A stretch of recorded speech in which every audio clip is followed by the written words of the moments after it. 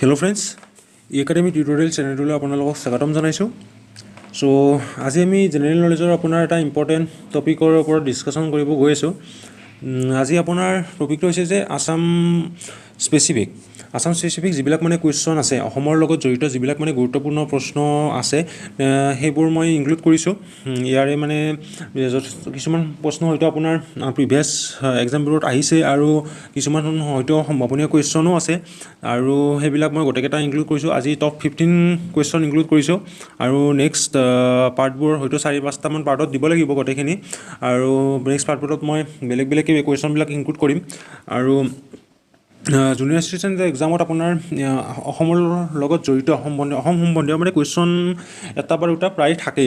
So মই ভাবো এইখিনি একেটা আমাৰ যিবিলাক পাৰ্ট দিম একেটা চালে আপোনালোকৰ যথেষ্টখিনি সুবিধা হ'ব আৰু আপোনাৰ হ'বলগীয়া যিটো মানে ইৰিগেশ্যন ডিপাৰ্টমেণ্টৰ এক্সাম আহি আছে এইটো যথেষ্টখিনি সহায় হ'ব বুলি মই ভাবো। সো আহকচোন আজি আমাৰ ভিডিঅ'টো আৰম্ভ কৰোঁ। সো ফাৰ্স্ট কোৱেশ্চনটো আছে আপোনাৰ আছে যে Majuli is formally declared as a district, যে মাজুলীখন আপোনাৰ কেতিয়া মানে এখন ৰাজ্য হিচাপে মানে জিলা হিচাপে মানে আপোনাৰ মানে ডিক্লেয়াৰ স্বীকৃতি দিয়া হৈছিলে। এইটো হৈছে আপোনাৰ ছেপ্টেম্বৰ 2016। নেক্সট আহিছে দি ফৰেষ্ট প্লেণ্টেড বাই যাদৱ পায়েং যিজন আমাৰ মানে প্ৰকৃতি মানৱ বুলি কোৱা হয় তেখেতৰ দ্বাৰা যোনখন মানে ফৰেষ্ট প্লেন কৰা হৈছিলে, যোনখন মানে অৰণ্য স্থাপিত কৰা হৈছিলে এই অৰণ্যখনৰ নাম সুধিছে। এইখন হৈছে আপোনাৰ মলাই ফৰেষ্ট। নেক্সট আহিছে আপোনাৰ Kaziranga national park was designated as a reserve forest in. Kaziranga national পাৰ্কখন মানে কেতিয়া এখন ৰিজাৰ্ভ ফৰেষ্ট হিচাপে ডেজিগনেট কৰা হৈছিলে মানে এইটো আপোনাৰ 1908। এইটো মিছপ্ৰিণ্ট হৈছে, এইটো চাই ল'ব ভালদৰে। এইটো আপোনাৰ প্ৰিণ্ট কৰাটো অলপ ভুল হ'ল। এইটো হৈছে আপোনাৰ 2008 নহয়, এইটো 1908 1908 হয়। এইটো মানে 1908ত মানে এখন ব্ৰিটিছৰ সময়তে মানে এখন ডেজিগনেট কৰা হৈছিল এখন ৰিজাৰ্ভ ফৰেষ্ট হিচাপে।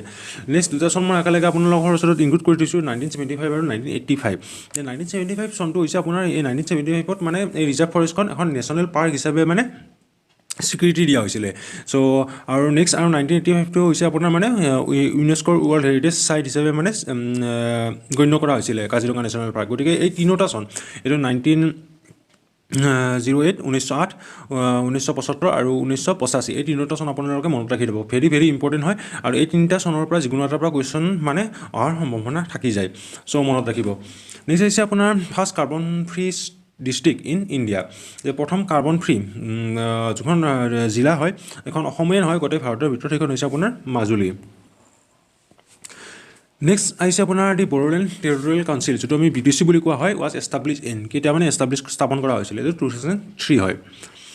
নেক্সট আহিছে আপোনাৰ Sattriya was recognize as classical dance in India, যে সত্ৰিয়াটো কেতিয়া মানে ভাৰতৰ এখন এটা ক্লাছিকেল ডেন্স মানে 7টা ইন টোটেল আমাৰ বৰ্তমান 7টা আছে ক্লাছিকেল ডেন্স, তাৰ মানে আমাৰ সত্ৰিয়াটো কেতিয়া মানে ক্লাছিকেল ডেন্স হিচাপে মানে আপোনাৰ ইনক্লুড কৰা হৈছিলে, এইটো হৈছে আপোনাৰ 2000। আৰু বাকী কেইটা হৈছে আপোনাৰ ভাৰত নাট্যম, মোহিনী নাট্যম, কথাকলি, ওডিচি আৰু মণিপুৰী আৰু লগতে আপোনাৰ সত্ৰিয়া, 7টা আপোনাৰ ক্লাছিকেল ডেন্স হয়। এই গোটেইকেইটা মনত ৰাখি দিব। নেক্সট আহিছে আপোনাৰ Fakhruddin Ali Ahmed was the president of India. Fakhruddin Ali Ahmed আমাৰ ভাৰতৰ মানে কিমান নম্বৰ ৰাষ্ট্ৰপতি আছিলে মানে সেইটো সুধিছে, এইটো 5 নম্বৰ আছিলে, 5th। আৰু ফখৰুদ্দিন আলী আহমেদ তেখেত অসমৰে হয় আৰু তেখেতৰ নামত আমাৰ বৰপেটা যোনখন মেডিকেল কলেজ আছে তেখেতৰ নামতে স্থাপিত কৰা হৈছিলে। সো নেক্সট আহিছে আপোনাৰ first Assamese governor of N Indian state was, যে প্ৰথমগৰাকী আমাৰ অসমীয়া যোনটো ৰাজ্যপাল কোন আছিলে মানে ভাৰতৰ এখন আপোনাৰ ষ্টেটৰ মানে আপোনাৰ ৰাজ্যৰ, এইটো তেখেত হৈছে আপোনাৰ বিষ্ণুৰাম মেধি। নেক্সট হৈছে আপোনাৰ first Assamese actress to win national award under best actress category, যে প্ৰথমগৰাকী মানে অসমীয়া যিবিলাক অভিনেত্ৰী মানে নেশ্যনেল এৱাৰ্ড পোৱা মানে আণ্ডাৰ বেষ্ট এক্ট্ৰেছ কেটাগৰীত কোন আছিলে, তেখেত হৈছে আপোনাৰ মলয়া গোস্বামী। আৰু 2019ত আমি গমেই পাওঁ, 18 হ'ব, ভিলেজ ৰকষ্টাৰ চিনেমাখন ৰীমা দাসৰ দ্বাৰা পৰিচালিত যোনখন চিনেমা এখন আমাৰ বেষ্ট ফিল্ম হিচাপে মানে পাইছিলে, বেষ্ট ফিল্ম পাইছিলে, নেশ্যনেল এৱাৰ্ড পাইছিলে, নেশ্যনেল এৱাৰ্ডৰ আপোনাৰ বেষ্ট ফিল্ম পাইছিলে। সো সেইখনো ইম্পৰ্টেণ্ট হয়, সেইখনৰ পৰা কুৱেশ্যন আহি যাব পাৰে।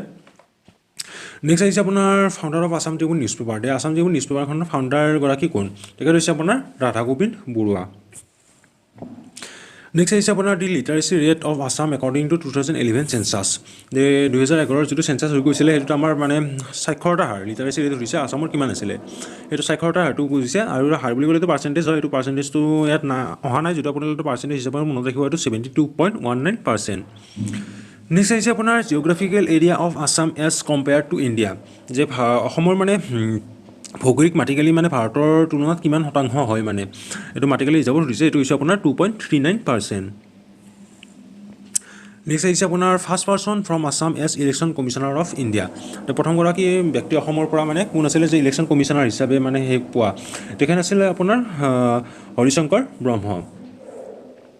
নেক্সট হৈছে আপোনাৰ total number of elephants in Assam according two 2017 elephant census 2017 যিটো আপোনাৰ এলিফেণ্ট চেঞ্চাছ হৈছিলে তাত মানে টোটেল কিমান এলিফেণ্ট আছিলে টোটেলটো সুধিছে এইটো হৈছে আপোনাৰ 5719।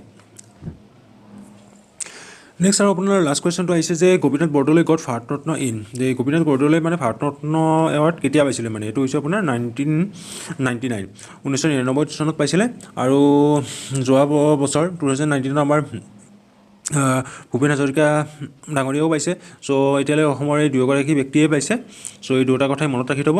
চ' ভিডিঅ'টো আজিলৈ ইমানখিনিয়ে ভিডিঅ'টো ভাল পালে লাইক কমেণ্ট আৰু শ্বেয়াৰ কৰিব লগতে চেনেলটো ছাবস্ক্ৰাইব কৰিব। Thank U.